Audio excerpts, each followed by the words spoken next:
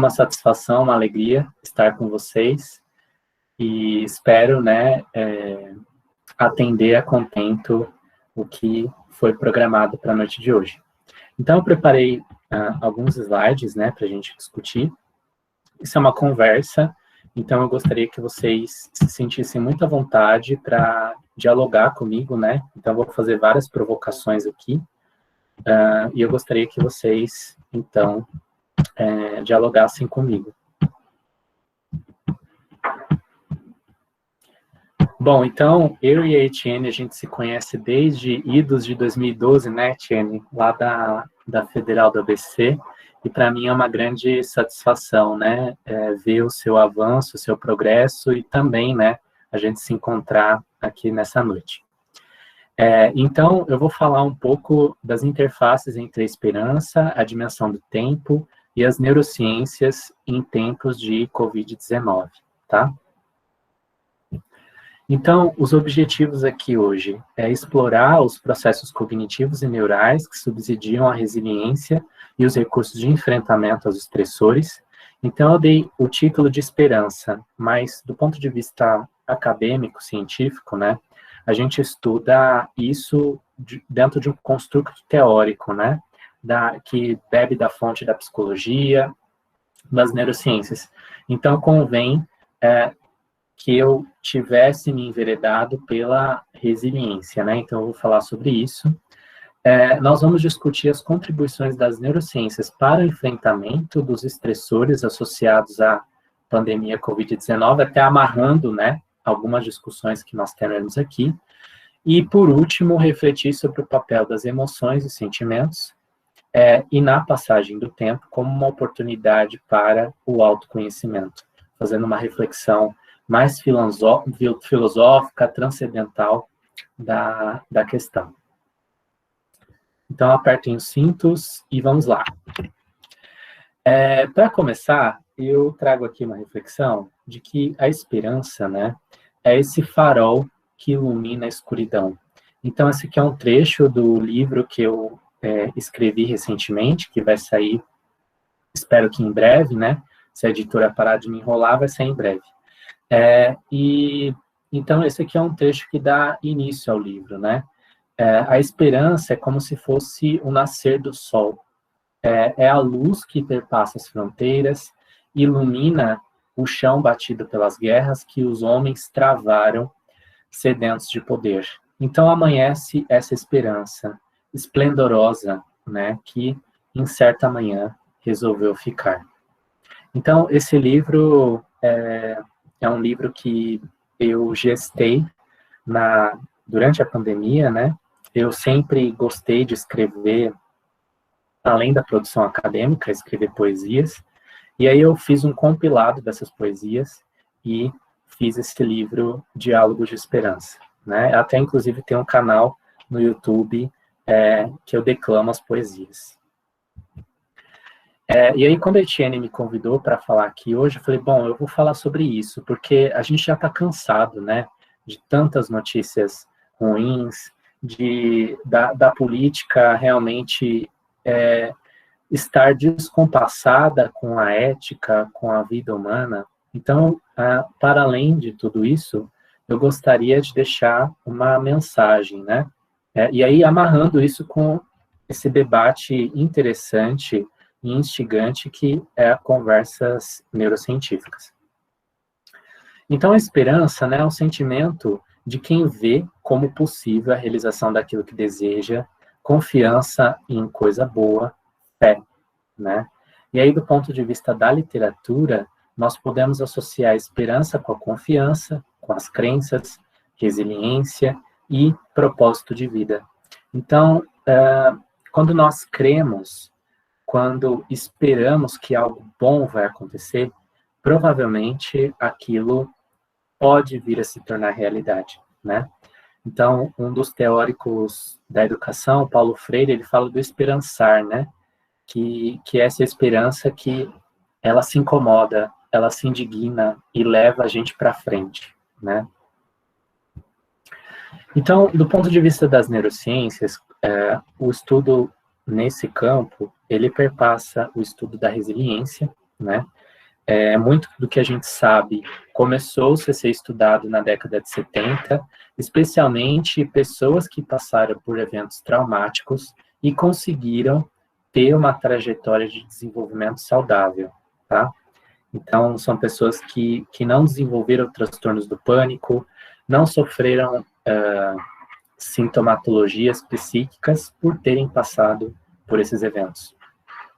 E aí parece, né, que o grau de controle que nós temos sobre o estressor e o trauma impacta no grau dessa resiliência. Então, quanto maior a incontrolabilidade que nós temos no evento, provavelmente pior vai ser o desfecho de saúde mental, né?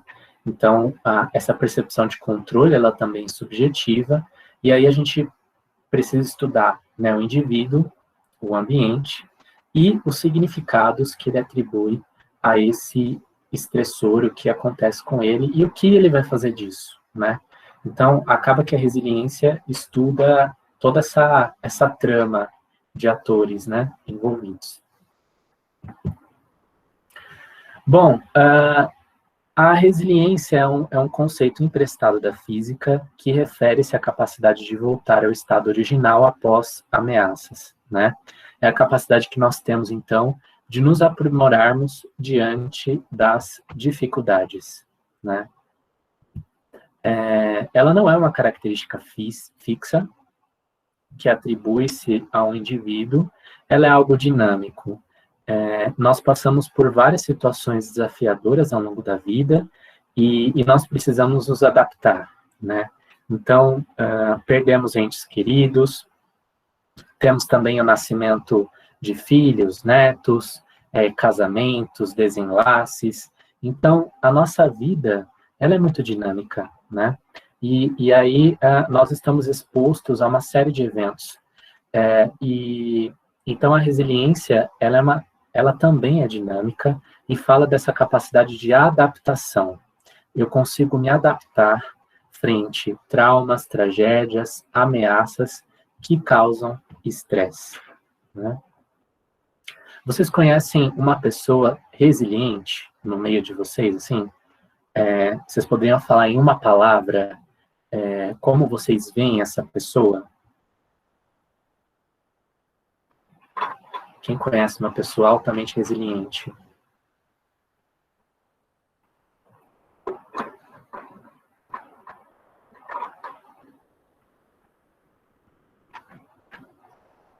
Eu não estou vendo o chat, gente.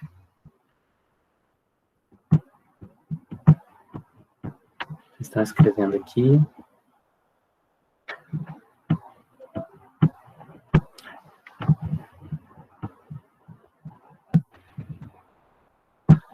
Sonali, qual é a característica dessa pessoa? O que você acha que ela possui de diferencial, assim, que a torna mais resiliente?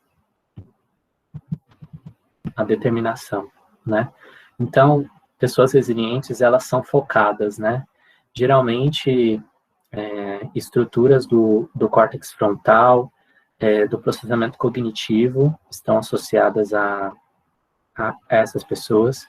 Também o processamento emocional, né? Então, elas dão valor àquilo que importa, negligencia as emoções negativas, etc., né? E elas focam nos processos, não nas pessoas, né? Então, são algumas características que pessoas resilientes, elas possuem, né? E uma capacidade de se adaptar, né? E aí, quando a gente fala, então, do diálogo entre as neurociências e a resiliência, nós vamos fazer esse percurso aqui.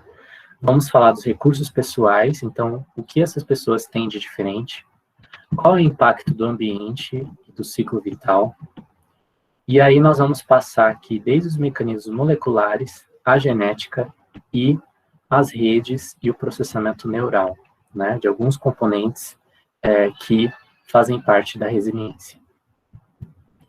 Então, quando nós falamos de recursos pessoais, nós falamos de comportamentos adaptativos. Então, pessoas resilientes, elas são pessoas que se adaptam, se ajustam, né? E aí, dentro da psicologia, nós temos alguns construtos que são estudados. Então, aqui eu trago para vocês a autoeficácia, que é a nossa crença sobre a nossa capacidade, a autoestima, o valor que nós atribuímos a nós mesmos, e a capacidade que nós temos para resolver problemas. E aí esse conceito de resiliência também ele fala de uma capacidade de reserva. Então, todos nós temos essa capacidade latente dentro de nós para conseguir realmente se adaptar àquele estressor. E também a plasticidade, que é a capacidade que nós temos de mudar mediante a experiência, né? Então, pessoas resilientes, elas possuem uma capacidade de reserva e uma plasticidade, senão elas não conseguiriam se ajustar e se adaptar. E aí nós temos, né, até cruzando um pouco outros modelos conceituais, como o modelo de vulnerabilidade, que nós utilizamos muito na gerontologia para estudar os idosos, o envelhecimento, né? Então nós temos a pessoa, o ambiente, os eventos e como ela vê esses eventos, né? Então é uma interação entre exposições, ameaças, o que realmente ameaça, algo que está latente nela, né? Então aqui nós temos capacidades inerentes às pessoas e como ela vai interagir com isso, né? Então a resiliência, ela também seria um construto para a redução de vulnerabilidades, né? De desfechos negativos, tanto do ponto de vista de saúde mental, quanto social e por aí vai. E aí nós temos aqui, né, todo o cabedal das políticas, né, educação, saúde, no sentido de tornar essas ameaças menos ameaçadoras, né, menos com potencial de perigo para o bem-estar das pessoas, né. Então, um dos mecanismos que as pessoas estabelecem como característica individual, né, pessoal, da pessoa com resiliência, é a autorregulação do self, tá? Então, a autorregulação do self, ela refere-se à capacidade que nós temos de ter metas, ajustar esses níveis de aspiração por meio de comparações sociais, desenvolver múltiplos papéis sociais, né, múltiplas visões sobre eu mesmo, revisão sobre a vida, as crenças que eu tenho sobre a minha capacidade, o quanto eu consigo regular questões emocionais e os mecanismos que eu tenho de enfrentamento do estresse. O self, né, poderia ser definido como estruturas que nós temos que compõem o nosso eu, que regulam e medeiam o comportamento, né? Então, a partir da visão que eu tenho a meu respeito, a partir dessas estruturas que me compõem, eu consigo construir a minha experiência, né? Eu dou significado, eu transito nesse ambiente, né? Então, uma das formas de aumentar a resiliência seria atuar clinicamente e do ponto de vista psíquico com as pessoas, né? Fortalecendo esse funcionamento psíquico, né? Então, do ponto de vista de autorregulação, quanto mais rico e flexível for o nosso self, que é esse conjunto de experiências sobre eu mesmo, ao interpretar as experiências e ao criar esquemas para lidar com o ambiente, maior será o nosso bem-estar subjetivo. Quanto mais estruturado o sistema de competências que eu tenho, melhor será a adaptação aos desafios da vida. Quanto maior o senso de aceitação, envolvimento e pertencimento, maior o bem-estar e adaptação. E a competência do self em avaliar a si mesmo e a própria experiência, por meio da comparação temporal e social, funciona como um mecanismo interpretativo, protetor e de promoção do desenvolvimento pessoal. Quanto maior a competência desse self, melhor vai ser a adaptação. Então, nós sempre precisamos começar com o indivíduo, né? Como ele concebe e constrói as experiências que ele tem a seu respeito, né? Concordam com isso, gente? Faz sentido essa construção?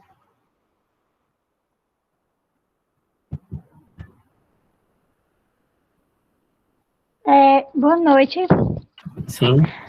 Professor, eu fiquei aqui pensando desde a hora que o senhor perguntou quem você conhece que seja resiliente, e eu fiquei matutando na minha cabeça. Não respondi porque eu acho que eu sou muito doida, porque tipo, eu acho que todo mundo é resiliente.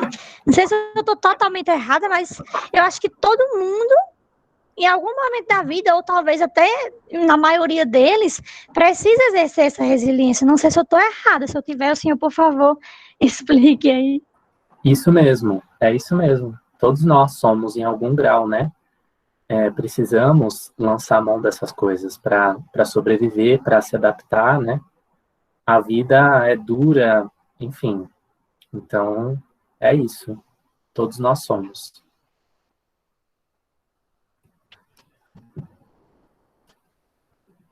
Bom, dentro desse construto, né, de regulação do self, né, nós temos as crenças a respeito da nossa capacidade. Então, uma série de estudos mostrando que quanto maior a autoconfiança que eu tenho a meu respeito, provavelmente maior será o resultado que eu vou ter lá na frente. Então, muitas pessoas aqui da pedagogia, né, quando o estudante não acredita em suas capacidades, ele não vai se engajar, né, no processo de aprendizagem. Nós precisamos estimular a autoconfiança das pessoas. E esse processo envolve componentes cognitivos, afetivos e de seleção, e falam sobre como as pessoas pensam, sentem e se motivam para enfrentar os estressores e manejar o ambiente social e físico. Então, você lança um desafio para a turma, e muitos estudantes falam, eu nem vou me engajar porque eu não tenho capacidade para isso, né? Vocês já se depararam com alguma coisa assim? Até vocês mesmo, né? Não vou fazer essa prova desse professor cavaleiro do apocalipse porque não vale a pena, não dou conta mesmo, né? Então, a gente precisa fazer um esforço para incentivar a autoconfiança das pessoas, né?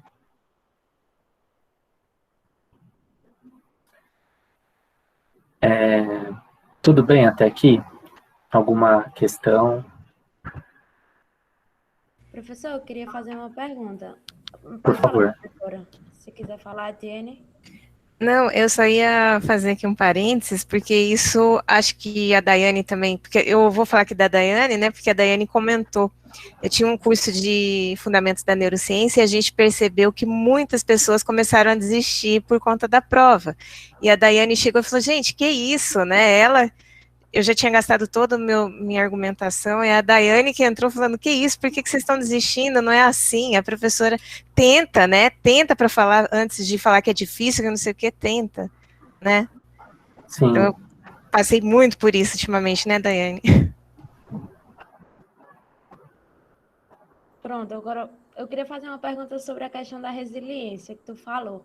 E eu não me acho uma pessoa resiliente. Como é que eu posso ser mais resiliente ou ser resiliente? Olha, deixa eu minimizar aqui para te ver. Eu acho que a gente tem várias situações, né? Depende do contexto, depende da sua história de vida. Às vezes é necessário até fazer um trabalho terapêutico, né? Porque você pode não se achar resiliente, mas às vezes você é, né? Então, às vezes a gente coloca também muitas expectativas, né? Dentro desse conceito, eu tenho que ser a super-heroína, né? A Mulher Maravilha. Então, será, né? Será que isso se coaduna com a sua história de vida, com a sua trajetória pessoal, né? Não sei, eu não tenho essa resposta para te dar. Eu acho que é uma construção.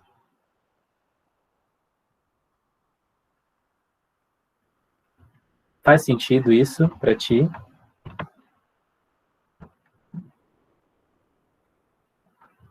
Ok.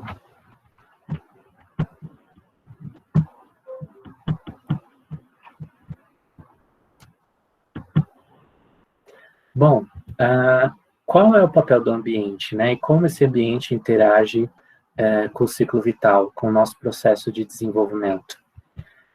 Então, o estudo da resiliência, ele também bebe da fonte da infância. Então, mesmo crianças que vivem em orfanatos, a resiliência ela se associa a ambientes seguros, estimulantes, favoráveis ao desenvolvimento. Então, não é só porque uma criança vive num serviço de acolhimento que ela não possa vir a ser resiliente. Existem figuras, né, de cuidado ali que vão dar segurança para o desenvolvimento dessa criança, né? E nós, como educadores, nós poderíamos, né, também ser este ponto, né, de segurança, de estímulo para o desenvolvimento, né? E aí tem uma série de estudos na neurociência a gente coloca um paradigma experimental que é a separação filhote e a mãe, né? Então, por exemplo, se eu separo o filhote da mãe nos primeiros momentos da vida dele, isso se torna mais incontrolável e ele vai ter um impacto no seu desenvolvimento, né? Então, modelos de separação materna indicam, né, que a criança, quando ela é afastada da mãe, ela desenvolve menor independência e menor capacidade de manejo do estresse na vida adulta, tá? E aí, se você faz isso em uma geração, por exemplo, de primatas, esse comportamento, ele tende a se repetir, né? Parece que a gente passa esse legado de geração a geração.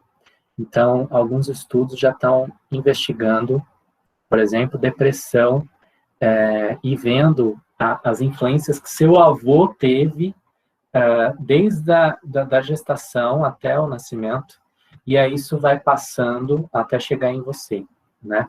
Então, tem esse mecanismo, né, epigenético, e alguns estudos com ratinhos, né, mostrando que as ratinhas que fazem mais grooming, que lambem mais seus filhotes, e esse é um comportamento, né, dessa espécie. Então, se você pegar filhotes que são muito lambidos e filhotes que não são, esses filhotes que são mais lambidos, eles têm uma rede neural mais robusta, né, eles conseguem manejar mais o estresse do que os filhotes das ratinhas que não lambem, né, que não têm esse comportamento. Henrique? Sim. Eu li em algum canto, eu não lembro agora no momento a fonte, que bebês que se separam muito cedo da mãe podem ter depressão, podem chegar a ter depressão, sendo bebê mesmo. Isso é verdade? A gente tem que analisar o ambiente, né? Será que não tem outra figura de cuidado? Como é que são os cuidados para essa criança? Porque embora não tenha mãe, tem as outras figuras de afeto, né? Acaba que, assim, não vai substituir a mãe, claro, mas tem outra. Então a gente precisaria fazer uma análise do cuidado que essa criança recebeu, né? Se ela também não passou por privação, por violência, né? Licença, boa noite, professor. Essa questão está muito ligada com o que Vygotsky fala, né? Defende que pelo meio através dos outros, nós mesmos. Eu vi aqui que a professora de psicologia da gente e eu só me lembrei muito disso. Porque essa questão do meio social e como nós, enquanto seres sociais, perpassamos ele, e ele também nos perpassa, ele faz com que a gente vá adquirindo essas características. E mesmo sabendo disso, partindo da questão não da neurociência, né, em específico, mais da psicologia mesmo, que todas essas memórias das crianças são importantes, por mais que elas estejam recalcadas ali, eu acho que é essa questão de construção que vai interferindo nesse aspecto. Sim, exato, isso mesmo. Nós somos seres sociais, né, que temos uma história, né, com o ambiente e nos construímos, né. Então, nós poderíamos falar que, ao longo do desenvolvimento, existiria uma assinatura neural da resiliência, tá? Então, por exemplo, crianças que não são devidamente estimuladas, que sofrem por privações e violências, né? Já constatou-se que ela tem um decréscimo do volume do hipocampo, que é uma região associada à formação de novas memórias. Então, essa criança vai chegar para você na sala de aula já com uma desvantagem, né? Além disso, tem uma série de evidências que mostram alterações na circuitaria frontal e límbica. Isso aqui vai ser muito importante para a regulação do comportamento emocional e aqueles mecanismos que eu falava lá no começo, né? Do papel das emoções, dessa regulação emocional mesmo da vida cotidiana, né? Essa inteligência emocional que as crianças vão adquirindo ao longo do tempo. Então, a conectividade entre o córtex frontal e o sistema límbico muitas vezes fica prejudicada e também até a volumetria dessas regiões, tá? Nós temos aqui o aumento da responsividade do eixo hipotálamo pituitário adrenal, que é um eixo que nós disparamos numa situação de estresse, né? Então, dentro de uma situação de estresse, o seu hipotálamo, ele vai disparar uma sinalização para a adrenal para secretar hormônios, né, substâncias que vão preparar você para um momento de maior reatividade. E o que acontece é que esses receptores, o nível de secreção, ele vai mudar a tal ponto, né, que você vai ter um desbalanceamento. Então, essa sua resposta ao estresse fisiológica, ela vai mudar, né? E aí o problema é que quanto mais você estimula esse eixo, né, mais provavelmente você vai ter problemas na estrutura hipocampal e ao longo do tempo isso vai aumentando o nível inflamatório e você vai ter uma série de consequências a longo prazo, né? Aqui, alterações do funcionamento do locus cerúleus e da norepinefrina, né? Então, no seu nível de alerta, né? Também. E aqui, o córtex pré-frontal ventromedial, que regula as emoções, o comportamento social.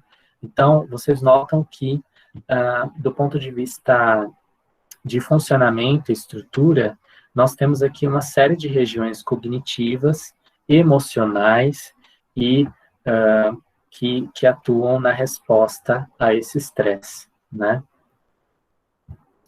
Então, aqui é um dos artigos que eu usei para compor essa aula, e ele vai propor, né, que além da questão do sistema nervoso central, nós temos uma série de respostas periféricas, tá? Então, desde o sistema imune até células que estão dentro da nossa microbiota intestinal, e mudanças da interação entre o cérebro e a periferia, né? Especialmente aqui, as substâncias que cruzam a barreira hematoencefálica. Então, esse artigo vai propor que, além do sistema nervoso central, nós precisamos entender o sistema nervoso periférico e a interação entre central e periférico, que é uma coisa só, né, o nosso organismo. Então, ele vai propor aqui, por exemplo, no modelo animal, que do ponto de vista do sistema nervoso central, né, nós temos alterações no hipocampo, que eu falei, no locus cerúleus, que o nível de alerta, né, é uma região que produz certos neurotransmissores, né, e está muito relacionada também à área tegmental ventral, que é uma resposta ao medo, né, e o núcleo accumbens aqui, né, então são regiões muito importantes, e aí os neurotransmissores, né, dopaminérgicos, glutamatérgicos e norepinefrina aqui. né?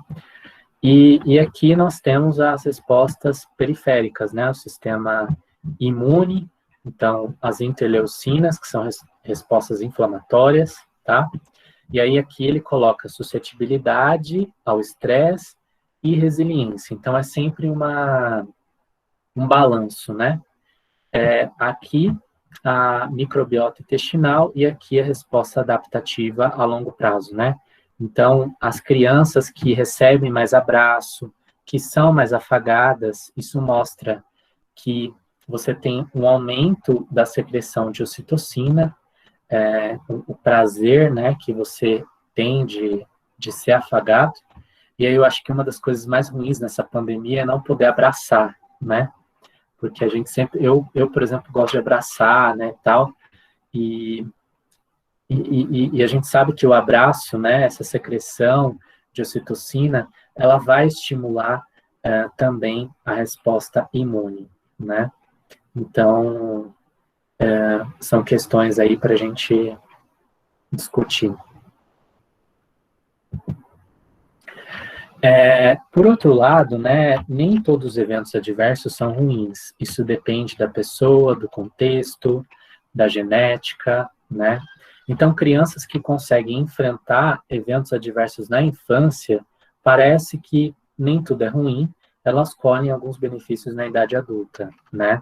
Então, ela se torna mais forte para outros desafios, né? E ela vai ter adaptações e plasticidades, que é essa capacidade de mudança que nós temos, né?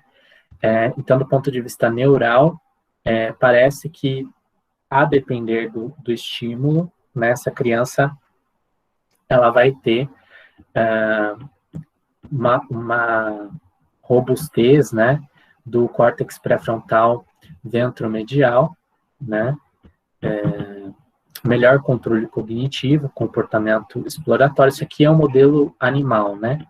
Então, os macacos, entre 17 a 27 semanas. Então, eles foram separados da mãe, não logo no começo, mas numa idade um pouco mais avançada, né? E, claro, que nós precisamos mediar, né? Quais são as variáveis desse ambiente interagindo com esse desenvolvimento, né? Aqui nós temos os componentes psicobiológicos, né? Então, as emoções positivas, elas regulam a nossa...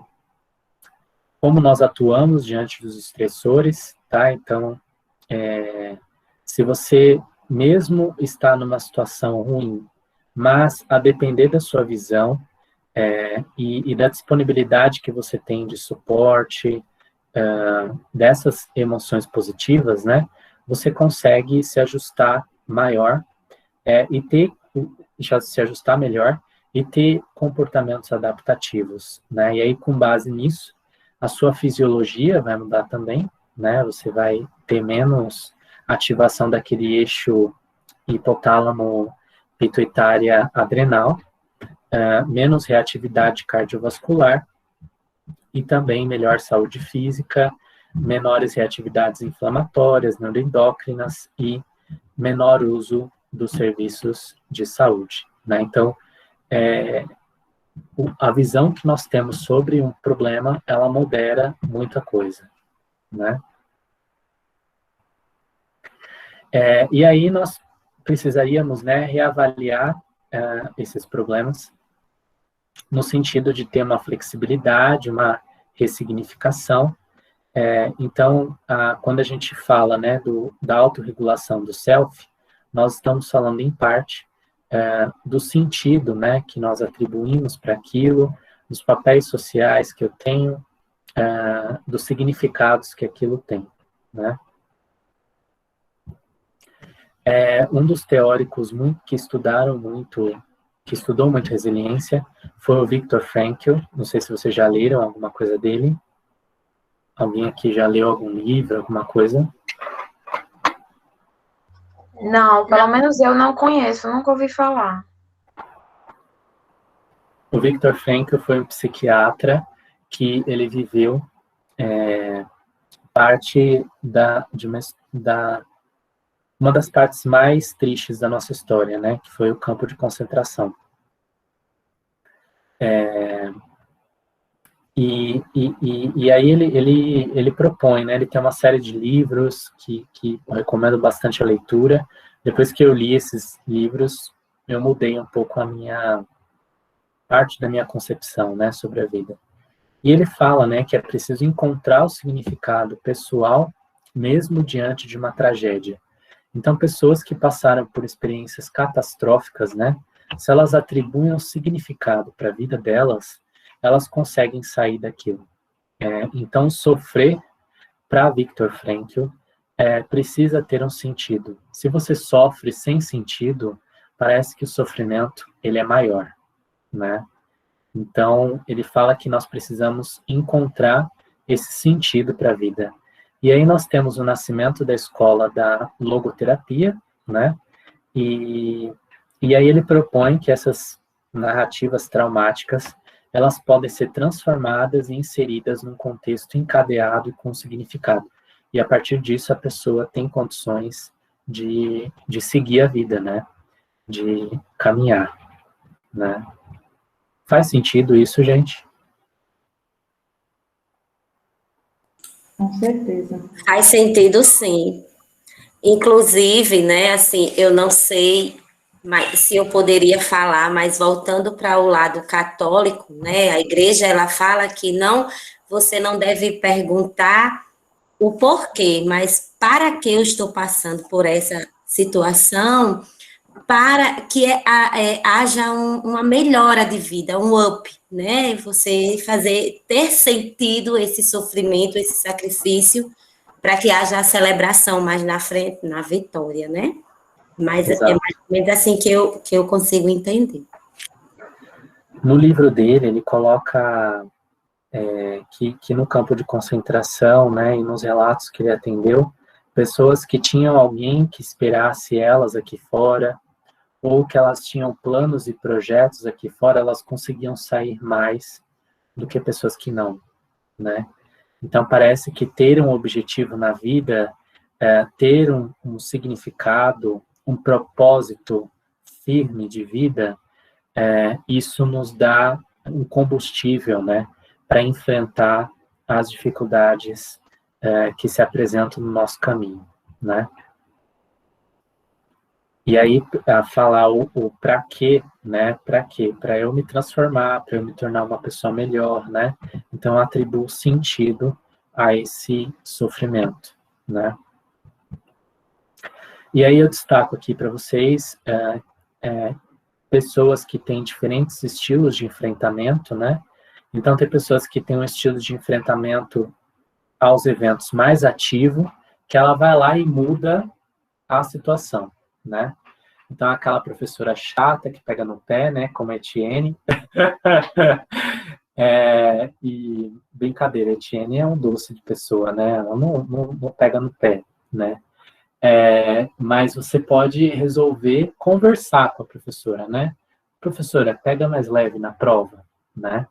Ou você pode, não vou conversar com a professora, eu vou tentar me adaptar aqui, né? Essa prova é muito difícil, mas eu vou dar conta, e se eu tirar a nota baixa, tudo bem.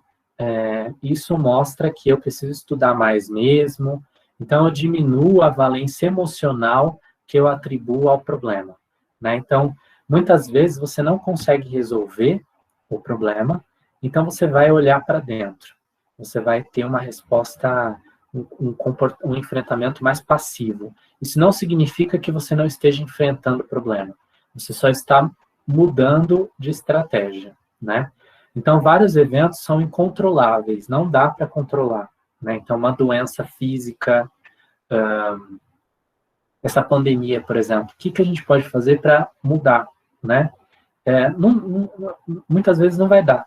Então, a gente vai ter que se adaptar internamente, né? E aí o estilo de enfrentamento, ele vai variar de pessoa para pessoa, né? Então, as mulheres, em geral, elas costumam utilizar em variadas circunstâncias esse mecanismo de enfrentamento, enquanto os homens, né, eles usam esse Pessoas que têm uma classe social maior, né, elas conseguem ter uma autonomia de financeira, etc. Então, elas acabam escolhendo esse instrumento aqui de enfrentamento. Ao passo que pessoas com uma renda menor, né, também elas têm que enfrentar isso do ponto de vista emocional, né. Existem outros mecanismos, né, como a aceitação, ou seja, eu mudo a expectativa sobre o resultado e eu foco nos aspectos controlados, que eu posso controlar do estressor.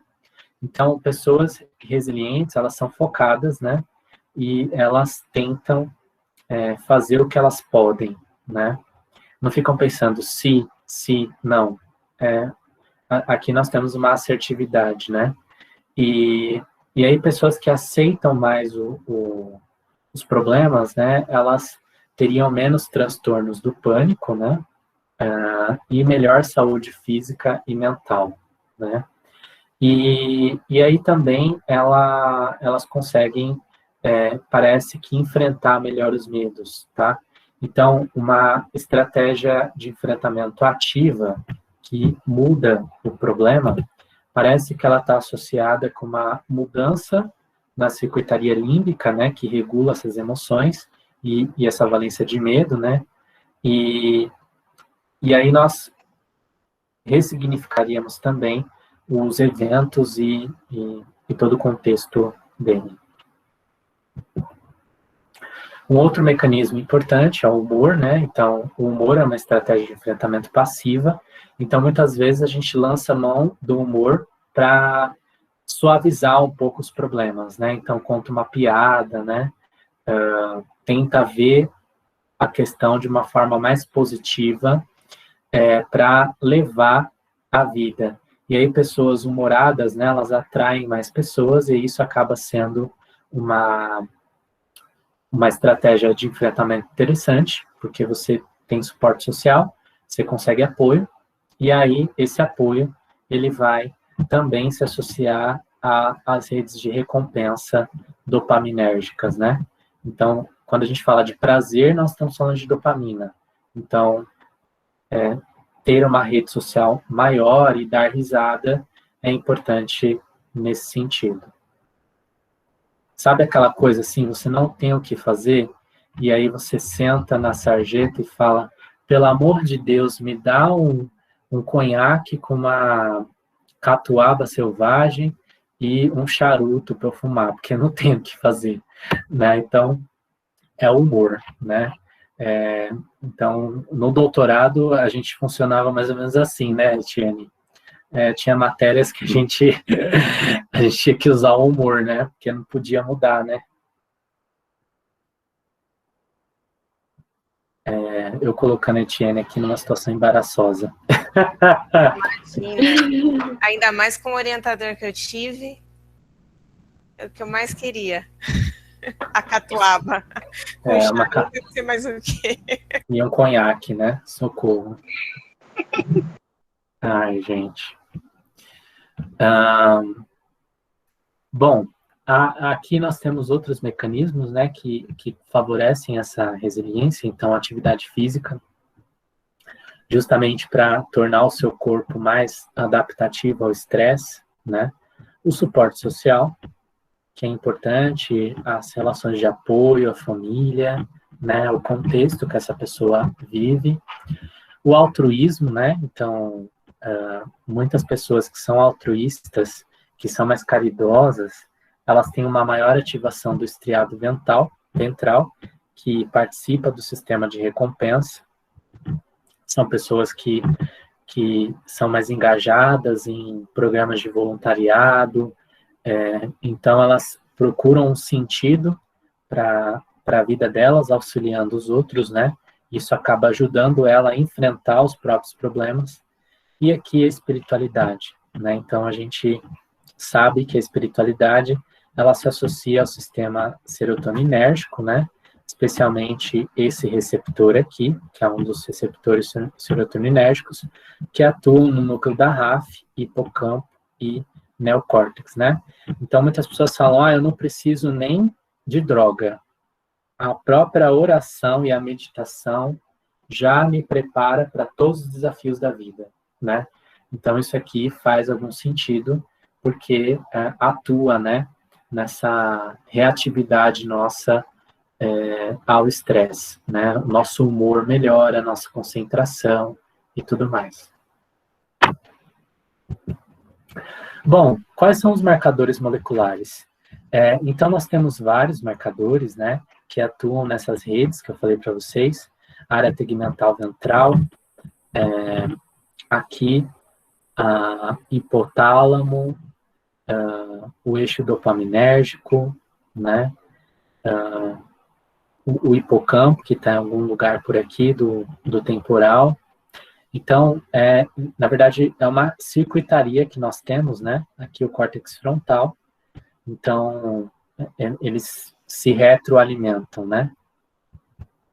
Então, aqui nós temos as substâncias, ficou muito ruim de ver, mas, basicamente, aqui, eu vou deixar esses slides com vocês, eu já passei para a professora Etienne, né?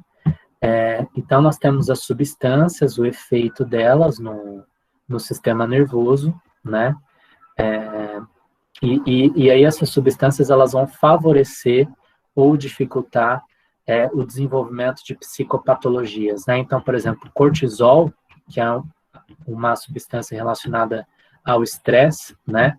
Se ele se desregula, ele parece estar associado aos transtornos de humor e pós-traumáticos, tá?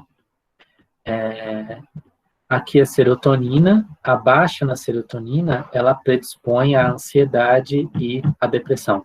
Então, basicamente, várias dessas substâncias estão associadas ao aparecimento de psicopatologias. E aí, quando a gente fala que uma pessoa é resiliente, nós estamos falando que ela tem um sistema neural mais robusto que inviabiliza o aparecimento desses transtornos, né? Então, aqui o BDNF, né? Então, quando você faz atividade física, você secreta BDNF e isso tem um papel protetor, ao passo que pessoas que têm depressão, elas têm menos essa substância, né? A dopamina em excesso e também em falta, ela pode, a depender da via de neurotransmissão, né? Ela pode também favorecer as psicopatologias. Bom, do ponto de vista genético, parece que nós temos aqui uma interação entre genética e ambiente, tá? Então, gerações, você pode transmitir isso para gerações, mas também o ambiente que você vive vai moderar um pouco a sua estrutura genética, né? Existe uma carga hereditária para os transtornos mentais, né? Então, transtornos pós-traumáticos tem uma carga genética de 40%. Uma vulnerabilidade biológica importante para os transtornos de humor, ansiedade, a esquizofrenia também, né? E aqui, uma variabilidade na circuitaria neural e no aparelhamento neuroquímico mediado por essa genética. Então, parece que existem alguns genes, né, que vão mudar a resposta do eixo pituitário adrenal.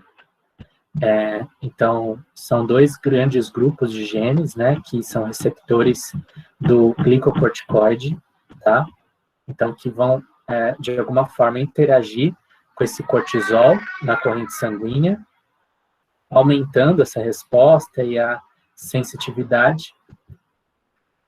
Temos genes associados à serotonina, né? Então, esse receptor aqui, que ele vai diminuir a disponibilidade e absorção serotoninérgica e também uma maior ativação da amígdala, que é uma substância relacionada ao medo, né?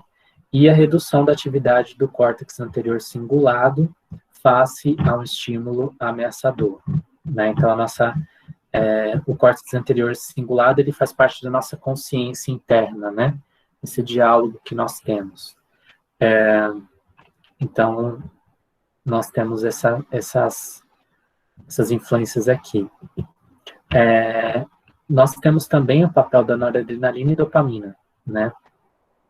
Então, existem algumas alterações, né, do alelo MET, né? Então, indivíduos com pouco funcionamento do alelo MET possuem elevados níveis de dopamina e noradrenalina. E eles vão ter uma maior tendência ao comportamento ansioso, menor resiliência ao humor negativo e o aumento da resposta endócrina e ao estresse frente a um estímulo ameaçador. E aí aqui, outros genes, né, que vão se associar àquelas moléculas que, de alguma forma, participam de toda essa regulação do estresse, da avaliação que eu tenho dele e dos processos cognitivos associados, né? Bom, como é que é o processamento em rede, né, então, para a resiliência? Nós temos aqui 3 mecanismos principais: a recompensa, a reconsolidação e a extinção, né? Então, do ponto de vista de recompensa, nós estamos falando desses neurotransmissores aqui, dopamina, receptores dopaminérgicos, glutamato, NMDA, GABA, opioides, né? Aqui são as regiões, então envolve tanto estruturas frontais quanto límbicas, hipocampo e regiões que processam o medo, né? Com uma área tegmental ventral. Nas pessoas resilientes, o estresse, né, ele não vai produzir uma mudança química suficientemente robusta para mudar esse sistema de recompensa. Ao passo que nas pessoas que já passaram a fronteira, né, do que é saudável, parece que eu vou ter uma disfunção de como essa neurotransmissão vai ocorrer no sistema de recompensa, né, que vai levar a pessoa a desenvolver uma anedonia ou uma desesperança. Aqui o sistema de reconsolidação, né, então, especialmente a amígdala e hipocampo, é a habilidade que nós temos de mudar os traços de memória frente ao estresse traumático. Então, quando você passa por uma experiência muito ruim, você fica com aquele trauma, né? E aí, a nossa memória, cada vez que você evoca uma informação, essa informação, ela muda a conformação do mapa cortical que se faz, né? Então, as pessoas com resiliência, uma capacidade de adaptação, ela vai mudando isso, né? Agora, a pessoa que desenvolve um transtorno pós-traumático, por exemplo, não. Ela fica com aquele traço de memória inalterado e forte. E aí, o terapeuta, ele vai estimular a mudança desse traço para ficar cada vez mais fraco e a pessoa ter condições de não reviver aquela cena traumática, né? E aqui é a extinção, né? Então, aqui nós temos o pré-frontal medial, córtex sensorial e amígdala. É uma forma, né, de atenuar a resposta de medo frente a um processo de extinção, e aqui a pessoa não consegue fazer isso, ela fica hiperestimulada. Então, sempre quando nós vamos fazer uma prova ou um desafio, né, nós ficamos estimulados para conseguir resolver uma capacidade adaptativa do nosso corpo. Mas essas pessoas, elas não conseguem sair desse estado, elas ficam assim constantemente, né? E isso acaba levando a respostas de fobia e reexperienciar esses eventos que são ruins, e também a ansiedade, né? Então, uma das perguntas que foram feitas, né, será que eu sou resiliente? Eu entendo que se você consegue se adaptar, se você tem um grau de adaptação que não te leve a um estado patológico, sim, você é resiliente, né? E aí a resiliência, ela não é um construto fechado. Nós temos graus e ajustes dentro desse processo. Então, aqui, basicamente, a nossa circuitaria, né, algumas regiões que eu mostrei para vocês, associadas a esses mecanismos. Bom, e aí já para encerrando, né, a nossa conversa aqui, como avaliar o impacto da pandemia Covid-19, né?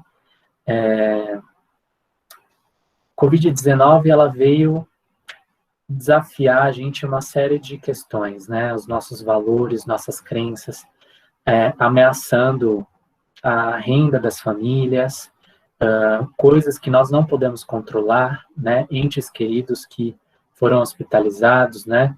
Então, em muitas medidas, o Covid-19 constituiu-se como um evento ameaçador, em vários níveis, né? Eu não vi aqui o chat, gente. Etienne, você pode me ajudar? O que o pessoal escreveu?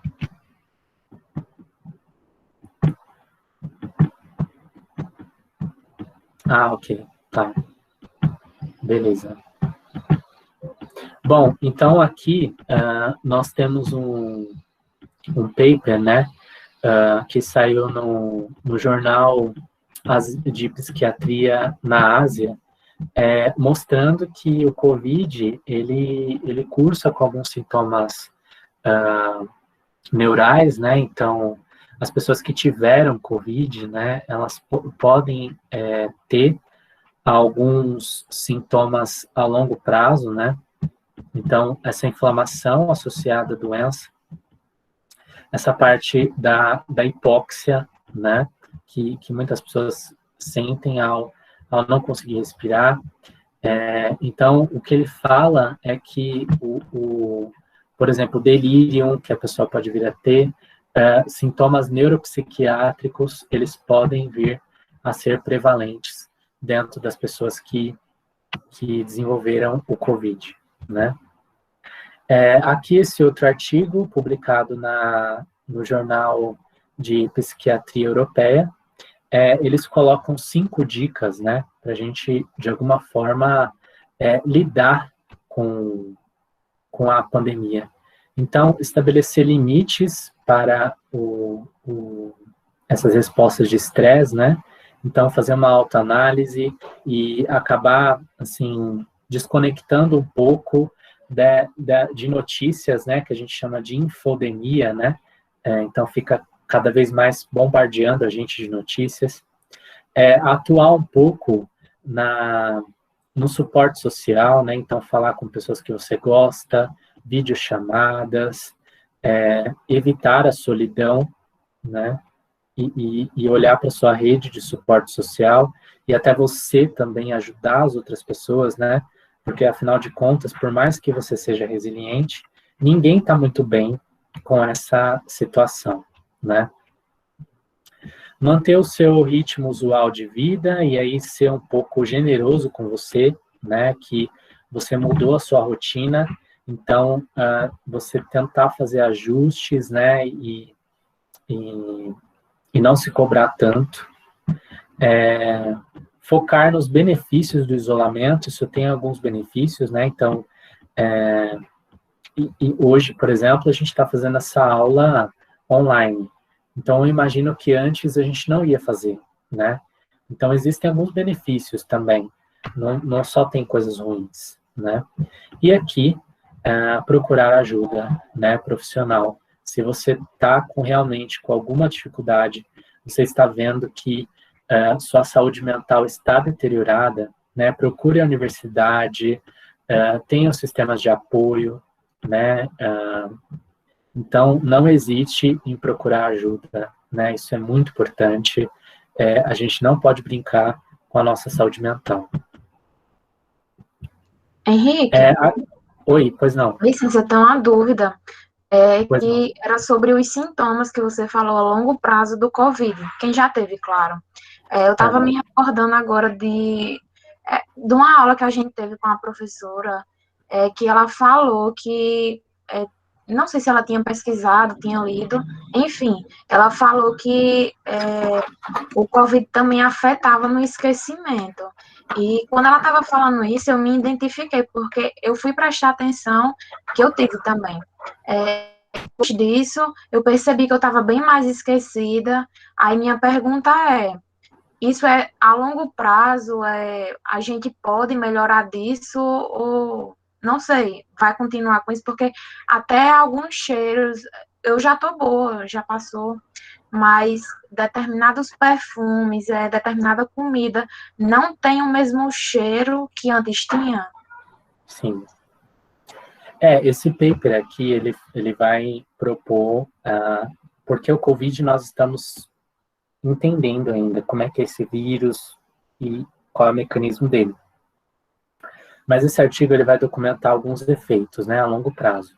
Então, por exemplo, nós sabemos que no pulmão existe um tecido fibrótico que fica aqui nos vasos, né, no tecido, e aí isso acaba diminuindo a elasticidade pulmonar, a função pulmonar, né.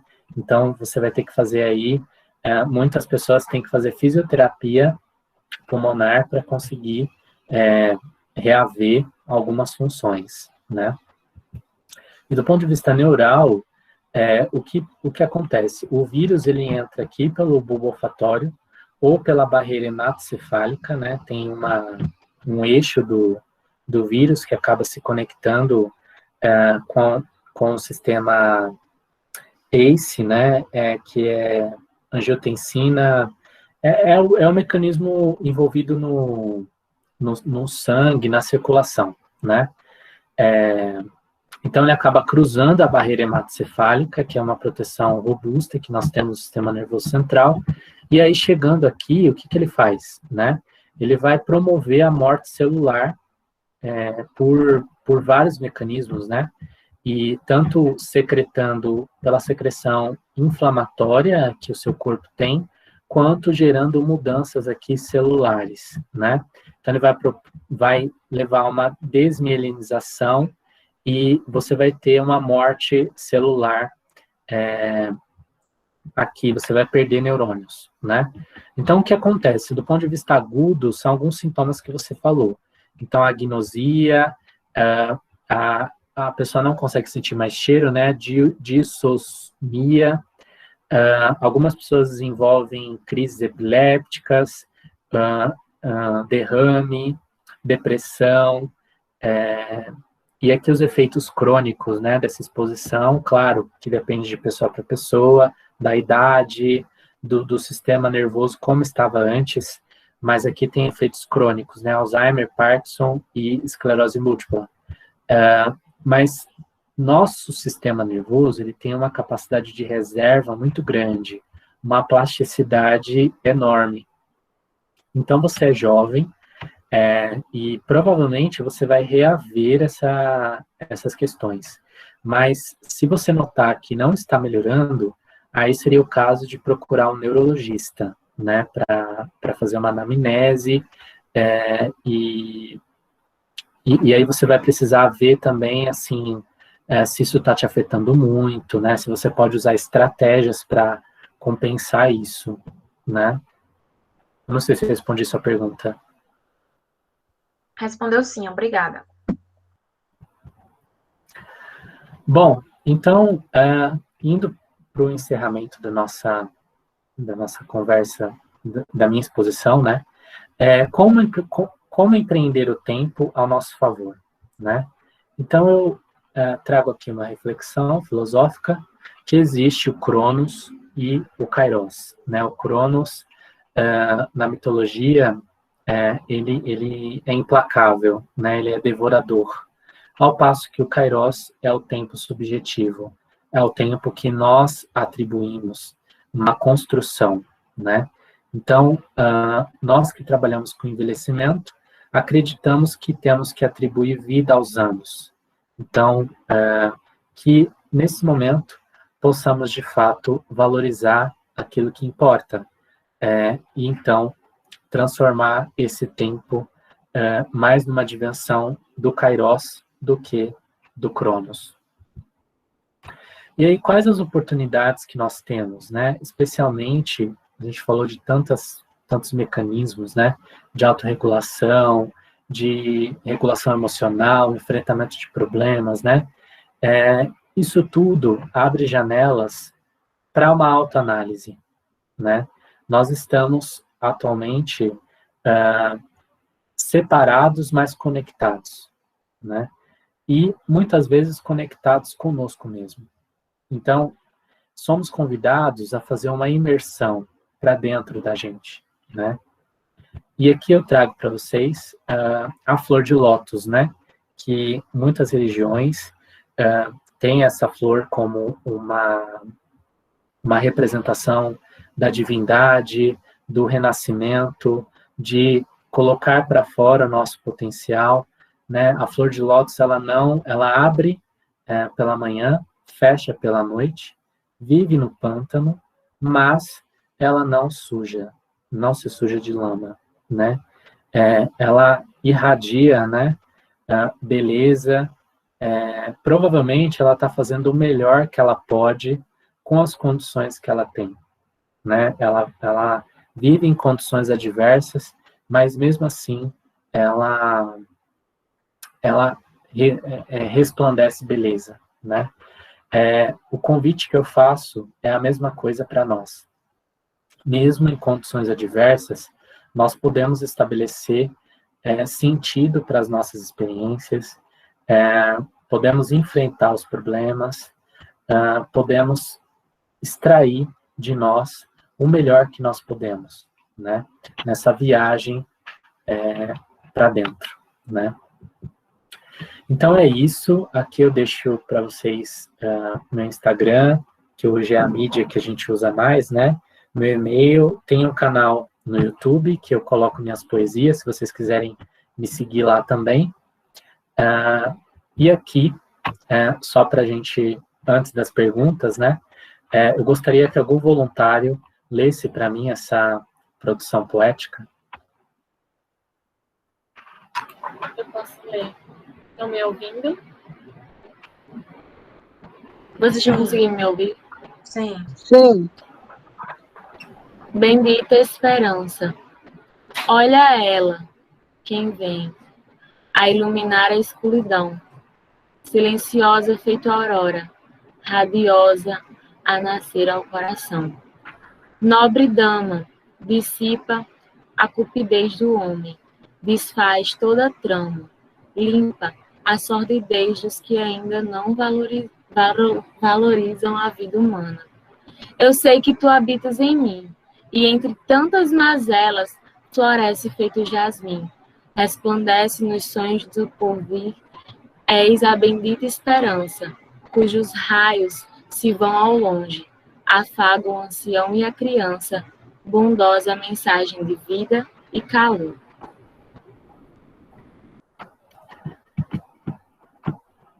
Então é isso, pessoal. Eu agradeço por estar com vocês. Acho que eu até passei um pouco do tempo, né, Tiana? Eu nem perguntei quanto tempo a gente tinha, fui falando. Essa é a ideia. Eu quero aqui também agradecer a presença da Luciene, né, que é uma amiga que está de São Paulo também. Agora que eu abriu aqui, apareceu. Espero que tenha gostado, né? Eu gostaria, como aqui é uma conversa, vocês querem conversar, perguntar alguma coisa para o professor, fica à vontade.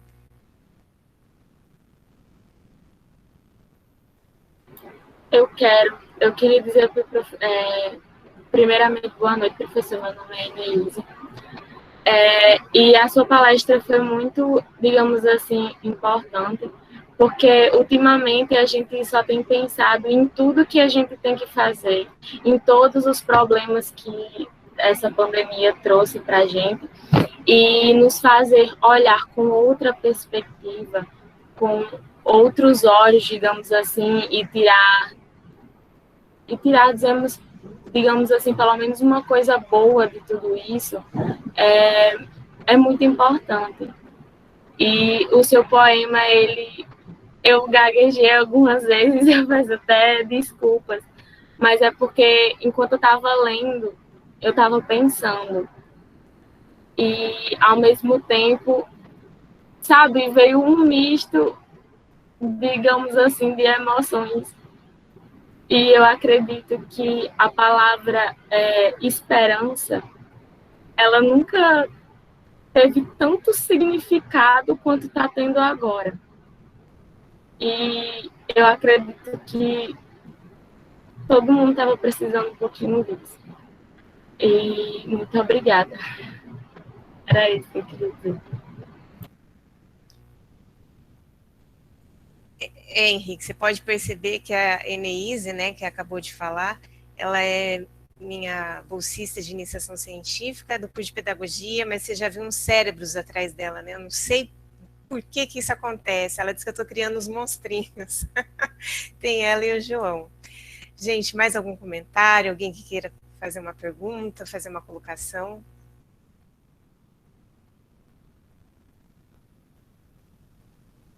Se vocês quiserem abrir o microfone, pode falar, não tem palavra. A gente está lendo aqui o chat, mas vocês podem interagir também por áudio. Por favor, gente, pergunte.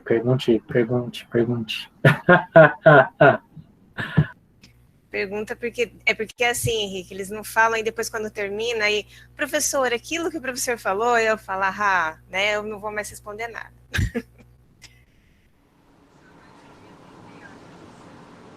Professora Ângela, quer falar alguma coisa? Que acho que o microfone abriu.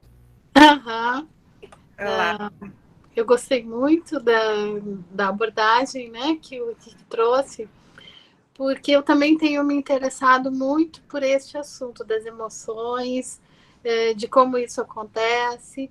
Justamente, eu acho que é um assunto que está bem em voga agora, né? Com a epidemia que a gente vive, é um trauma coletivo, um trauma planetário que se vive, né? Então, eu achei, né, a abordagem muito interessante e eu acho que essa ideia de que todas as coisas podem ser ressignificadas, né, que a gente pode ressignificar o que a gente passa, né, e que isso tem uma explicação fisiológica, que isso pode ser feito, que isso tem uma explicação científica, é muito interessante. E eu acho que isso é um conhecimento que muitas pessoas não têm, e é interessante que isso seja mais divulgado, que a gente fale mais sobre esse assunto. Né? Nem todas as pessoas podem ter um terapeuta neste momento, né? Ou até nem em algum momento, né, de sua vida. Então, são coisas, né, importantes. Essa coisa da importância que foi colocada, que é uma coisa que se sabe, que as outras teorias, né, sempre nos disseram que o afeto é importante. Agora a gente sabe que o afeto é importante até para que os neurônios, né, se multipliquem, né, para que a criança tenha enfim, mais robustez, né, mais mecanismos para enfrentar a vida. Isso tudo é muito importante. Então, eu acho que foi assim um momento muito importante para os nossos alunos da pedagogia, e coisas que a gente até tem que voltar dentro do currículo. Eu acho que eu e a Etienne somos pessoas assim que a gente sabe que tem tanta coisa que a gente tinha que incluir mais, né, no nosso currículo, nos conhecimentos, para a grande maioria das pessoas que estavam aqui escutando hoje são futuros professores, né, que vão lidar com crianças. Então, eu acho fantástico para eles, muitas coisas, abriu muitas portas, muitas janelas, né? E eu acho que isso que acontece com a pandemia, que a gente teve a oportunidade hoje de te ouvir, a gente não vai perder. Isso é uma dos ganhos que tivemos, né? Então, tu estás em Brasília, né, agora, e nós, né, aqui no Rio Grande do Norte, ou em Natal, alguns alunos em Caicó, outros, né, em Currais Novos, outros, enfim, tem vários lugares, né, que as pessoas estão, em São Paulo, né, mas a gente está se encontrando aqui nesse momento. E eu acho que isso foi um ganho que a pandemia abriu também para nós, então nem tudo é negativo, né. Muito obrigada pela poesia, Eu também sou apaixonada. Eu acho que a gente pode cuidar da ciência, mas a gente não pode esquecer, né, da poesia também e da palavra esperança. Obrigada.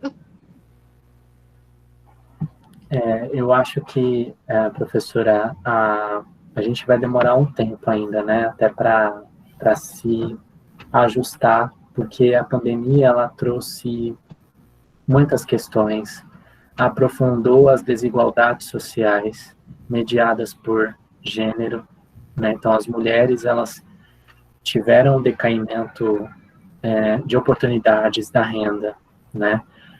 Uma mortalidade maior da população preta e parda, um decaimento da renda das famílias. Nós temos metade, praticamente, da população brasileira com insegurança alimentar, né? Tá muito caótico, tá? O cenário realmente está muito ruim, né?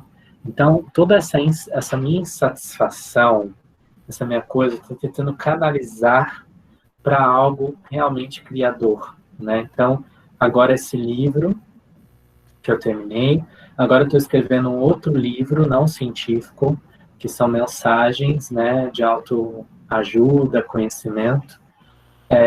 E assim, eu como a própria aula, né, que também me ajudou, porque estruturar esse pensamento para aqui eu precisei meditar um pouco. E realmente é complexo, né, porque assim, eu fico muito indignado com o que está acontecendo, né? Meu Deus do céu, eu também fui estudante de universidade pública, também passei por muitas dificuldades para estudar, né? Para conseguir o cursinho, para conseguir ir para o cursinho, né? Teve uma ocasião que eu vendia latinha para conseguir dinheiro para ir para o cursinho, entende? Então, assim, eu vim de baixo. Eu não nego minhas origens. Minhas origens são essas. Eu sou neto de pernambucano, com mineira, sou neto de paulistas, né? Mas, assim, parece que estão deslegitimando a nossa terra, deslegitimando a nossa identidade, sabe? Isso é um absurdo, né? Então, acho que é o momento da gente se unir, da gente realmente pensar no que nós temos que fazer, né? Porque vocês estão na universidade pública, vocês têm um compromisso social com os alunos que vocês vão encontrar, com as pessoas que estarão no caminho de vocês, né? E a gente vai demorar 10, 20 anos para reconstruir tudo que essa pandemia trouxe, né? Então, eu acho que é isso, transformar essa insatisfação em algo de valor e propósito, para que a gente possa crescer, né?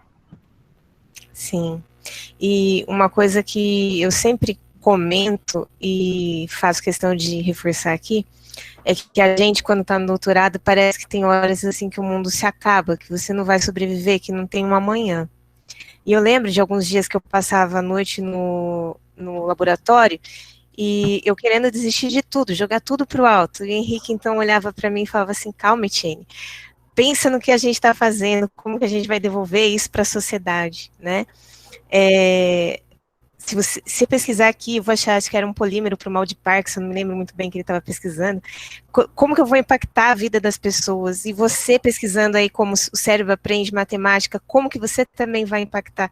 Então, assim, ele foi assim, uma peça fundamental para eu chegar, e eu te agradeço muito, né, pelas palavras que você colocou, e foi a única defesa que, quando eu assisti, eu chorei, mas eu chorei horrores, e não foi porque ele foi mal, não, na apresentação, né, mas foi porque os pacientes dele estavam lá, e tudo aquilo que ele estava mostrando para a gente, né, os pacientes relatavam. Então eu me lembro muito que eu conheço, acho que foi o Santa Marcelina de Itaquera, que você estava lá recolhendo os dados, por acaso foi o hospital onde eu nasci, né, então assim, eu conheço.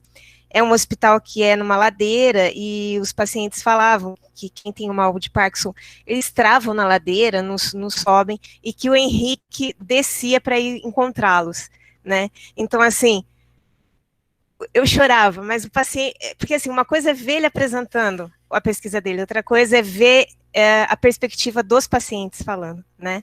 Então, assim, como que é uma pessoa, assim, brilhante, né? E eu tenho muita admiração e só tenho para te agradecer, né? Então, assim, às vezes parece que não, às vezes as pessoas estão aqui, né, e a gente não sabe quanto que está impactando, né? E ele foi uma pessoa, assim, que simplesmente, sem falar, né, só de eu vê-lo, foi uma pessoa assim que me ajudou muito, né, a terminar o doutorado, foi muito importante. Então, muito obrigado, viu, Henrique, não só pela participação aqui, já caminha comigo há algum tempo aí também trabalhando até, fez algumas apresentações também na Prefeitura de São Paulo, né, e eu só tenho muito a te agradecer. Muito obrigada, viu.